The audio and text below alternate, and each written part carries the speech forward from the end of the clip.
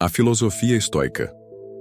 O estoicismo, o sistema filosófico em que Marco acreditava, foi, na sua origem, um produto do pensamento do Médio Oriente.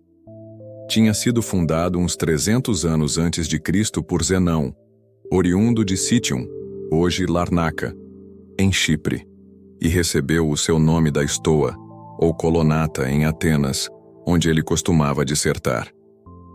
O seu principal discípulo foi Cleantes, que por sua vez foi continuado por Crisipo. E os sucessivos trabalhos destes três homens, que depois foram venerados como os pais fundadores do estoicismo, resultaram na formação de um esquema de doutrina que abarcava todas as coisas divinas e humanas. As três palavras-chave do credo de Zenão eram materialismo, monismo e mutação. Ou seja, ele considerava que tudo no universo, mesmo o tempo, mesmo o pensamento, tem uma qualquer espécie de substância corpórea, materialismo, que, em última análise, tudo se pode resumir a um simples princípio unificador, monismo, e que tudo está em perpétuo processo de mudança e a transformar-se em qualquer coisa diferente daquilo que antes era, mutação. Estes três dogmas foram os alicerces sobre os quais Zenão construiu toda a estrutura. A sua intransigente insistência nestes princípios levou-o, por vezes, a expor ideias perfeitamente indefensáveis, mas nas mãos dos seus seguidores, as mais rígidas asserções do fundador foram modificadas e suavizadas de maneira a torná-las aceitáveis para os pensadores de espírito mais realista. 12. Quando o estoicismo passou do Oriente para o Ocidente e foi introduzido no mundo romano, assumiu um aspecto diferente. Foram os elementos morais dos ensinamentos de Zenão que aqui despertaram mais atenção, e o seu valor prático foi prontamente apreciado. Um código que era humano, racional e moderado, um código que insistia num procedimento justo e virtuoso, na autodisciplina, numa força moral inabalável e numa completa libertação das tempestades da paixão, adequava-se admiravelmente ao caráter romano. E, consequentemente, a reputação e influência do estoicismo aumentou invariavelmente ao longo dos séculos que assistiram ao declínio da República e ao nascimento do Principado. E por altura da ascensão de Marco Aurélio ao trono, tinha já atingido o ponto mais alto da sua supremacia.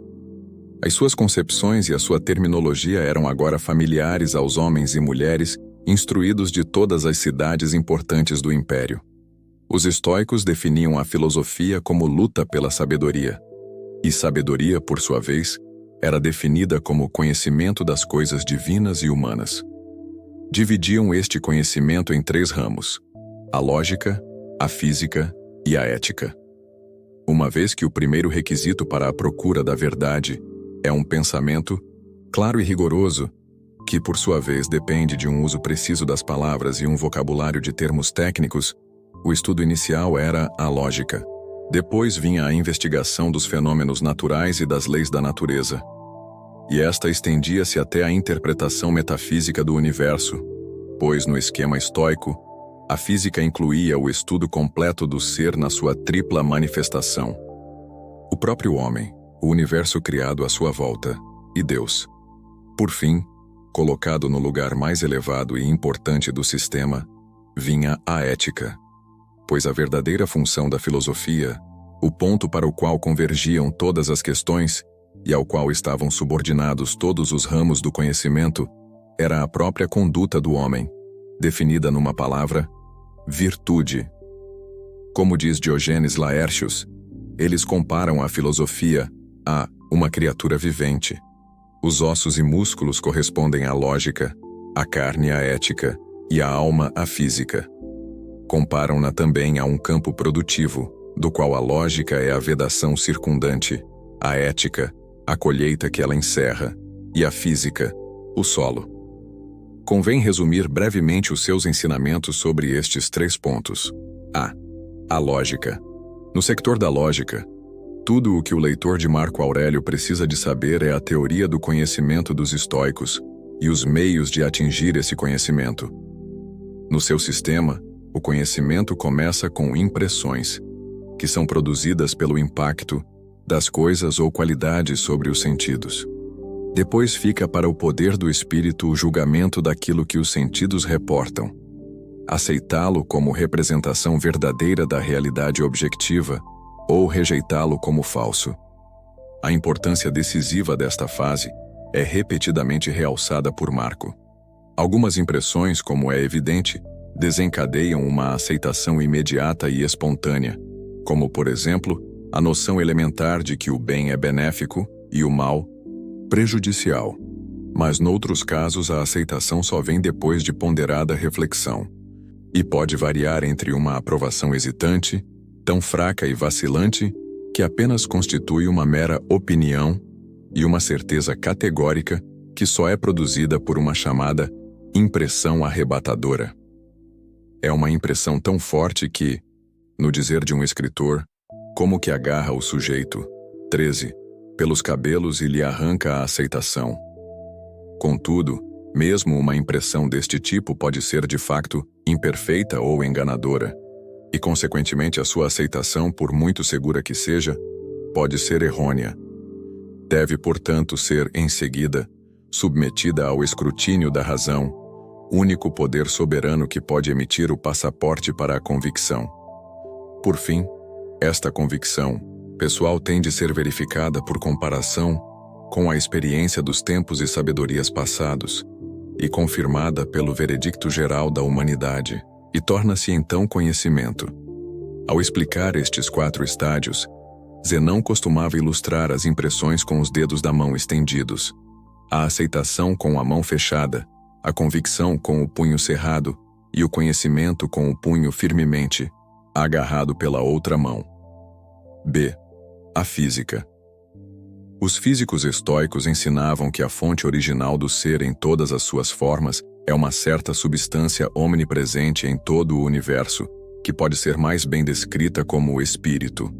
Contudo, como eles eram materialistas consumados, consideravam este espírito como consistindo de uma matéria real e concreta, embora de uma espécie o mais fina e imperceptível que se possa imaginar. Numa analogia com o mais subtil e vivo dos elementos conhecidos, e que também alimenta a vida e o crescimento, conceberam a sua natureza essencial como a do fogo. Mas um fogo tão rarefeito e etéreo que a palavra calor talvez esteja mais próxima para a descrever do que qualquer coisa que possa sugerir uma ideia de chama real.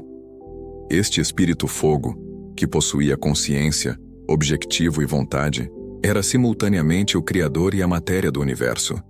Tomava forma em inúmeras manifestações diferentes, dando assim às coisas a sua substância e forma, e produzindo a partir de si próprio o mundo visível e tudo o que dentro dele se encontra. De acordo com os variados contextos em que reflete sobre isto, Marco dá-lhe muitos nomes.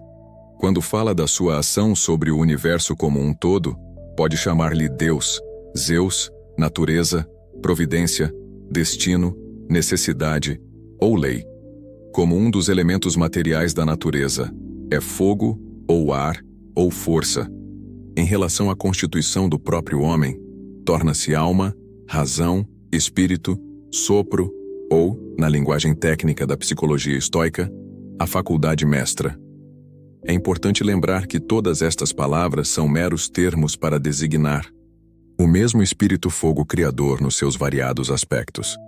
O estoicismo é, portanto, um credo panteísta, isto é, considera que Deus está em toda a criação, mas não tem existência fora dela, e como tal está em direta oposição aos ensinamentos rivais do epicurismo.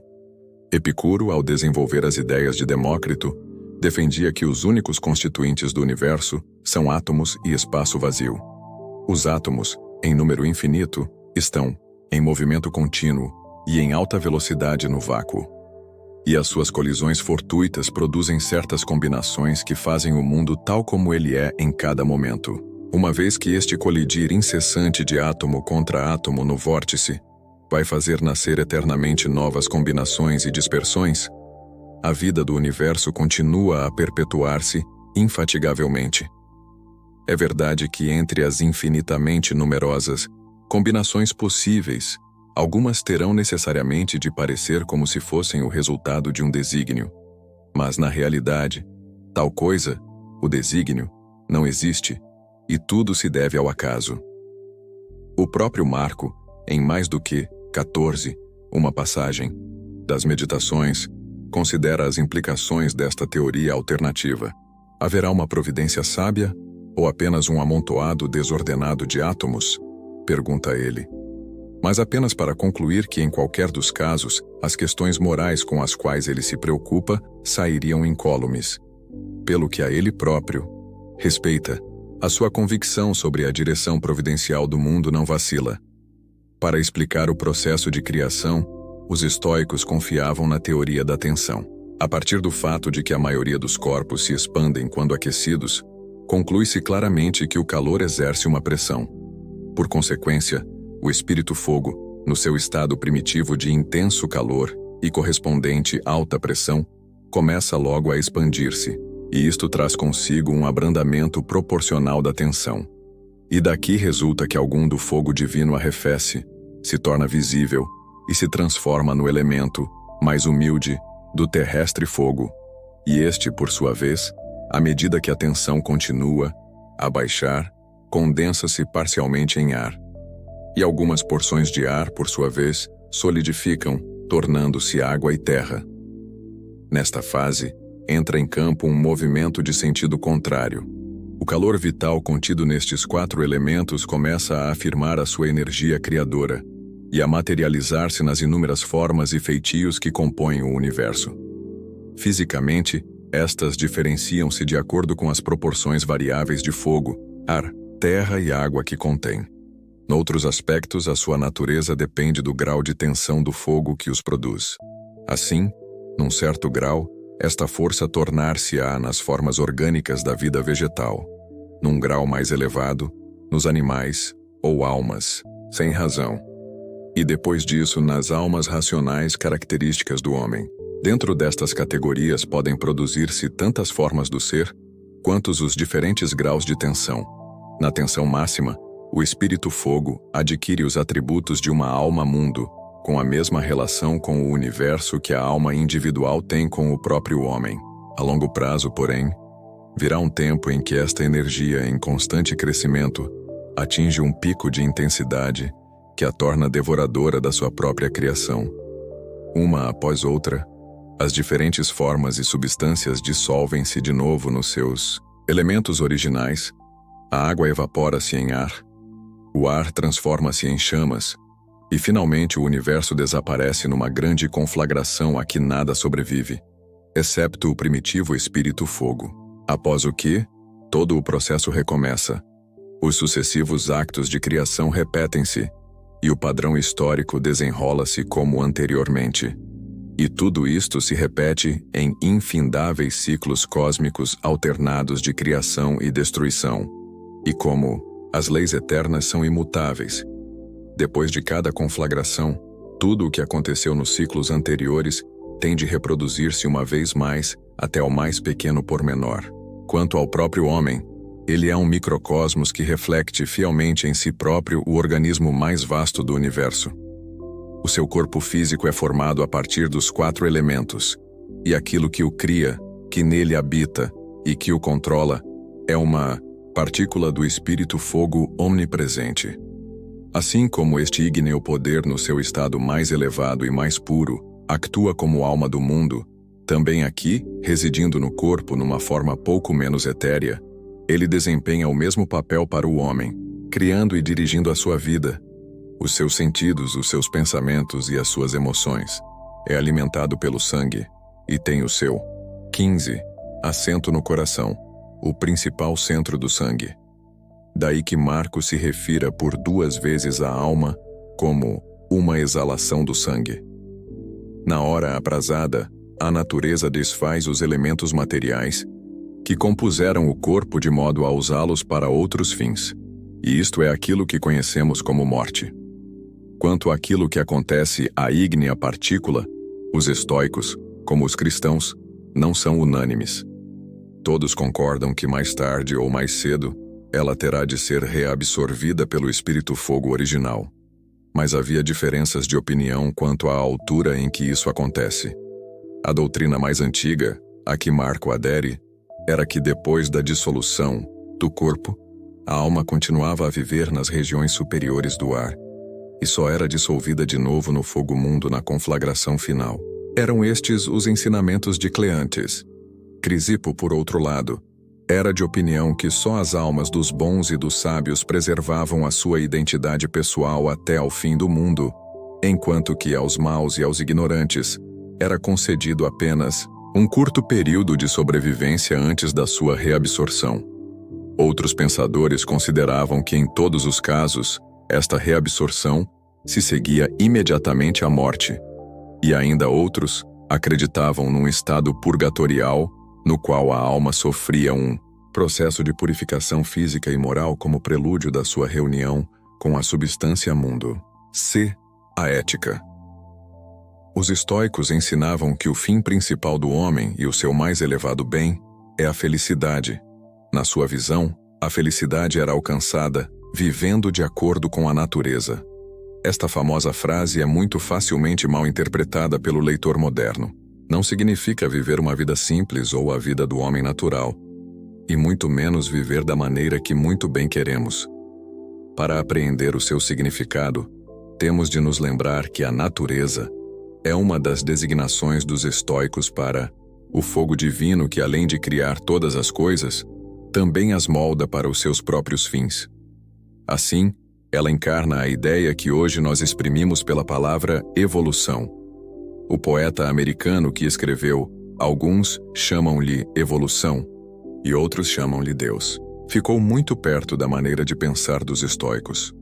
Ela era a força que guiava e dirigia todos os tipos de crescimento ou desenvolvimento em direção à perfeição final. E porque ela era também uma força viva, intencional e inteligente, os próprios estoicos também por vezes lhe chamavam Deus.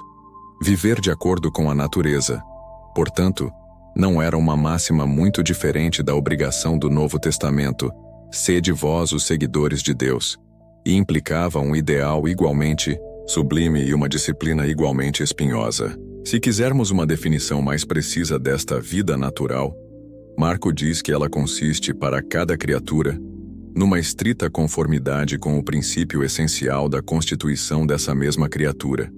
No caso do homem, este princípio essencial é a sua razão, que é parte da razão universal.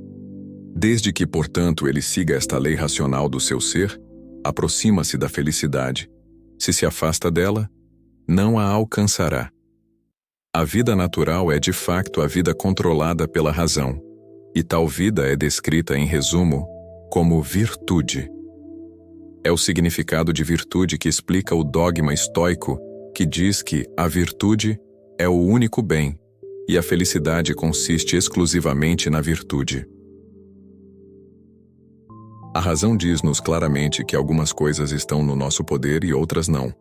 Por exemplo, a saúde física, a riqueza, os amigos, a morte e outras deste tipo estão fora do nosso controle. Portanto, não podem ser nem ajudas nem obstáculos à vida natural. São coisas neutras. Mas a nossa própria vontade, os nossos juízos, o nosso poder de aceitar o que é moralmente correto ou rejeitar o contrário, tudo isto está no nosso próprio poder. Daí que nada exterior a nós nos pode por si só afetar. Só quando interiormente o aceitamos ou recusamos é que ele nos pode beneficiar ou prejudicar. O prazer, em si próprio, não é um bem, nem a dor, por si só, um mal. Tornam-se uma ou outra coisa quando nós assim as julgamos. É este o significado da insistência de Marco em que a opinião é tudo, e também explica a presteza do sábio, que tantas vezes encontramos realçada nas suas páginas, em aceitar sem ressentimento tudo o que lhe possa acontecer. Um preceito que é claramente um dos esteios da sua vida pessoal. É este o princípio que está por detrás da famosa apatia, ou impassividade, do sábio estoico ideal. Este, como ensinavam os filósofos, experimentará todas as sensações e emoções que são comuns ao homem, mas, porque se recusa a vê-las como males, não será afetado por elas. Considerando-as como coisas exteriores e, portanto, neutras, ele fica seguro e incólume. Consequentemente, como os estoicos afirmavam, para grande divertimento do poeta epicurista Horácio, só o sábio é verdadeiro rei, rico, apesar da sua pobreza, feliz, apesar do seu sofrimento físico, livre, mesmo se escravo, sereno e autossuficiente em todas as vicissitudes. Se as circunstâncias alguma vez se mostrarem excessivas para este desprendimento, ele não hesitará em deixar voluntariamente a vida, porque a vida, simplesmente, está também entre as coisas que são neutras. Tanto Zenão como Cleantes morreram pelas próprias mãos.